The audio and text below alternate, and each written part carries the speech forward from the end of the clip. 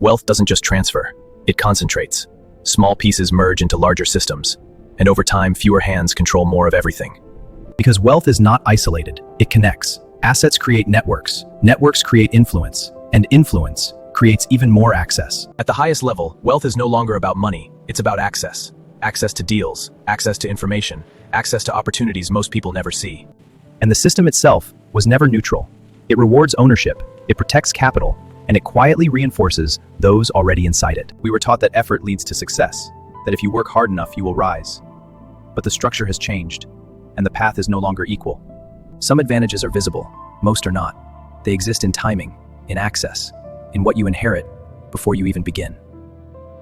And this creates something deeper, not just economic difference, but psychological distance, where one group feels momentum, feels stuck. You work more, you try harder, you push further, but nothing seems to change, because in a system like this, effort alone is no longer enough.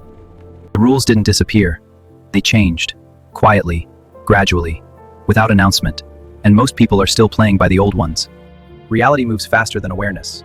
By the time people realize the shift, it's already ahead of them, and catching up becomes harder than starting early. Every system has a window, a moment where movement is still possible. But windows don't stay open, and once they close, they rarely reopen the same way. So this is no longer just about understanding, it's about timing. Because in a shifting system, when you move, matters just as much as where you move. Slowly, almost invisibly, two different worlds begin to form, not separated by borders, but by access, by ownership, by position inside the system. In the other world, people trade time, hour by hour, day by day, working harder just to maintain where they are. And the gap between them doesn't stay still. It widens, slowly at first, then faster, almost impossible to cross. Most people believe they can still catch up, that with enough effort they can close the gap. But the target is moving, and it's moving faster than they realize.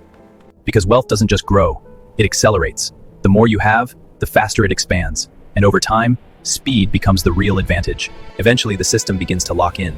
Opportunities become gated, access becomes restricted, and moving between worlds becomes harder than ever.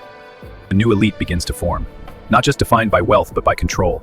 Control over assets, control over systems, control over what comes next. And below them, the majority continues, working, adapting, trying to keep up, but always slightly behind the curve.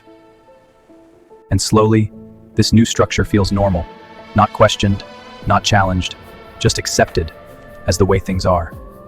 But every system has a threshold, a point where change becomes irreversible, where the gap grows so wide it can no longer be closed. And when that point arrives, you don't choose your position anymore. It's already chosen for you, by timing, by where you stood before the shift was complete.